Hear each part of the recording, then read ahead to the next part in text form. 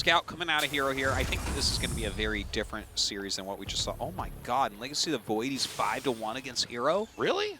That's crazy. I never would have guessed that at all. No idea about that. Wow, we're getting some really surprising statistics here in this season. Yeah, I was really unaware. Yeah. The thing is, Kier quietly has some of the best TVP. I think it was even reflected against Deer, who I actually think will beat Maru in the round of 8. But I got to tell you, oh wow, herO was very upset about that. Yeah. That's Shaking bad his to head. lose that probe. You can never really duplicate SOS. All right, we've got a starport being hidden over here. This Reaper's still alive. Look at these moves, man. Ooh. Alive forever. Days. Hellion's coming out here as well. Very different approach this time around for Cure. Oh, this is cool. So he's going to Starport or Liberator, quick. Tell me. Medevac or Liberator? Oh, okay. Starport or Liberator. He's going to make a Starport out of the Starport. You have to make the Starport first, and then you can have a Liberator in Doses.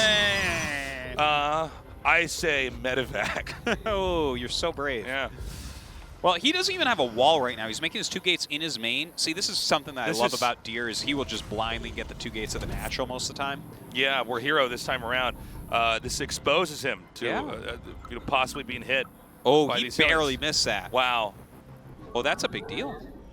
This is going to blindside herO here. Yeah. The funny thing is these could have probably run in the front door, but now they're going to come in the side through a medevac. Probably would expect to see a wall there, but not the case. I'm here in the shadow. Okay. Well, I think the strategy is still fine here for Kier. You can't really go into this hoping. Oh! So you can't go into this just hoping your opponent makes a mistake. Yeah. 6 kills already. 8. Wow. Up to 8. Nicely done. Yeah. And he only loses 2 Hellions for that. Awesome. Colossus Tech coming up here, as well as the Forge. We haven't seen a Twilight upgrade yet. With the amount of Stalkers he's building, he could be Disruptor. There's a possibility. herO is one of the better Blink Disruptor players out there. I mean, he's no M canning level, but he's good.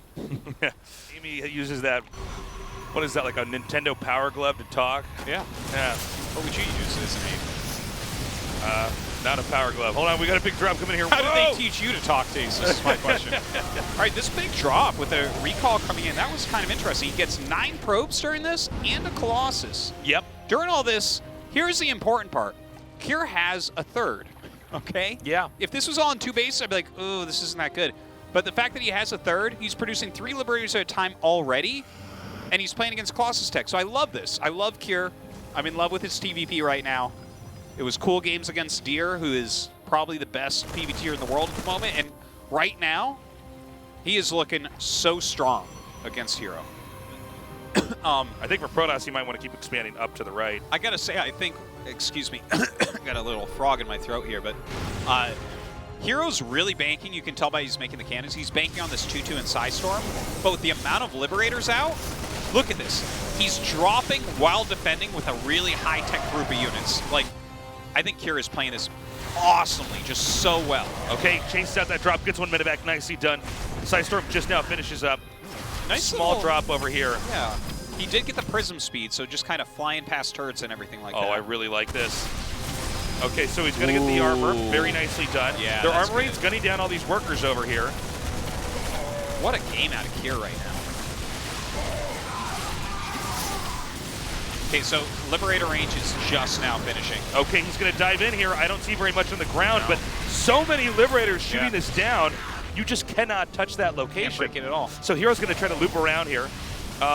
In the meanwhile, Kira's trying to clean up this attack that's over here in his main, which has done way more damage than I think most of us expected it to do.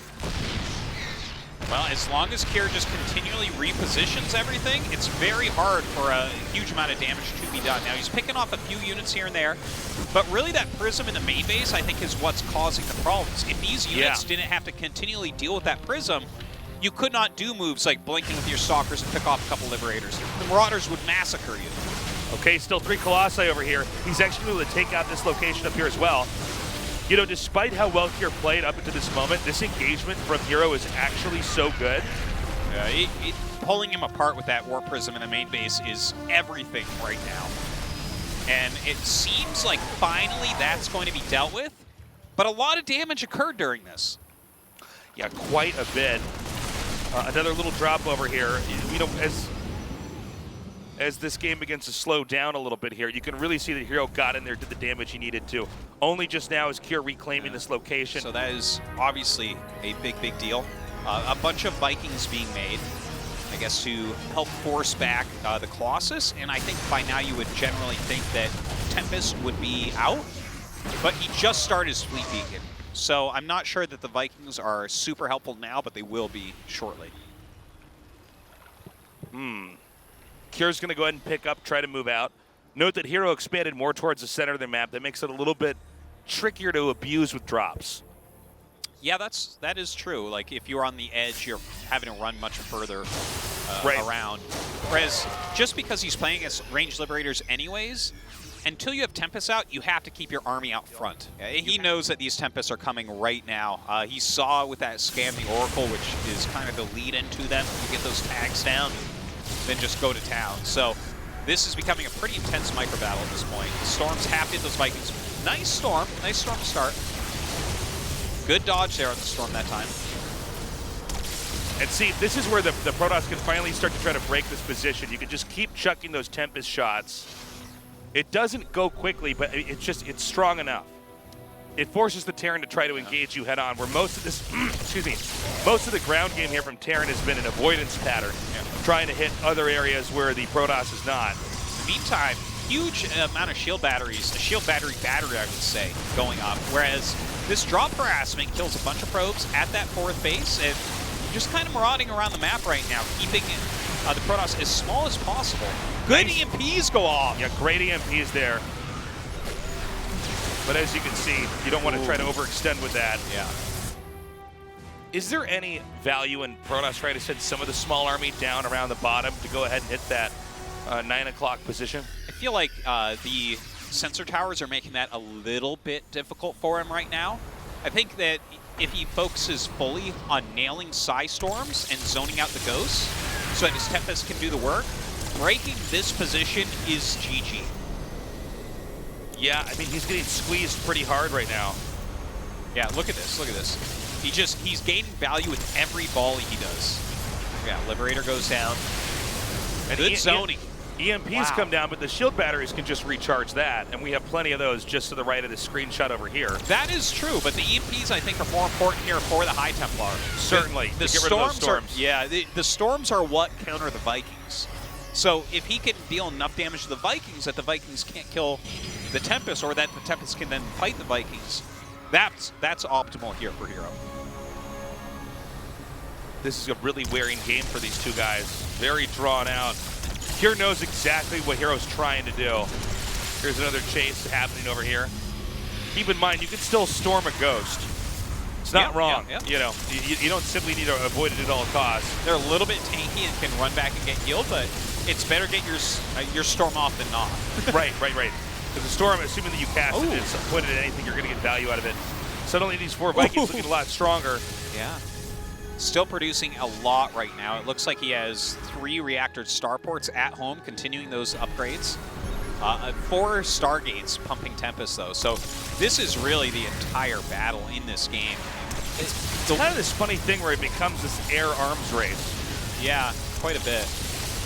They both can't stop investing in air here. Well, it's like the ground army is a bit stronger overall for Protoss, which forces a bunch of Liberators, which forces the Tempest, which forces the Vikings. So well said. Yeah, we get into this really interesting, weird set of units fighting each other nonstop. Now, I really like that little attack down there at the bottom from Kier. I feel like we should have seen that a little bit sooner, though. You know, he does need to mix those in. That is a fact. But right now, the amount of Psy Storms coming out are insane, but it seems like Kier thinks he can break through all of them. The Tempest going down to just 1, and he got rid of most of those Psy Storms. Yeah, but as we say that, 4 more Tempests come up. Yeah. The cycle continues on. It's tough. The worker count is actually higher for our Terran player right now, which is kind of interesting. Oh, good catch. Yeah, really not that much income here for Protoss. Did he actually break him here? Suddenly, Kier's supply has plummeted pretty heavily. He's broken this base, but this base is almost mined out. So if he had broken it like a minute ago, I think it's a much bigger deal than breaking it right now. Obviously, I think Protoss is still winning here. But the other thing is that maybe he can then push down now towards the center left spot. Yeah, exactly. Or is there any value in trying to push over here into the main? I don't think so. I don't think You don't set up and have your You don't Tempest you don't chuck kill 'em. shots into the main? Yeah, you're running Terran out of money. You're not killing. Okay. With this type of army, it's like, it's not about some sort of huge frontal engagement. I mean, that could occur. Uh-oh. Oh, he's trying to take another base here. This is our next field of confrontation. Yep. Again, the Tempest is Oh so my high in God, numbers, more yeah. Tempest than there are Vikings right now. Yeah, and the thing is, if Kira had a bigger army right now, he might be all right, because there's so many Tempests, it almost feels like you could fight Protoss, but it's not the case, because Hero's max out, and Hero just is not. Because he's at less than half the army supply. Okay, so he's going to come down here and just knock off this position. I think those SCVs should have been turned around the moment they were spotted here. Because you know when you see those Tempests there, you're going to be able to control this spot here. Totally. Well, I think this is the end. Yeah. There's just nothing left here for Kira. He actually played a really nice game for a while, but I think that kind of showcases some of the troubles that you can have in TVP. But again, this is another game.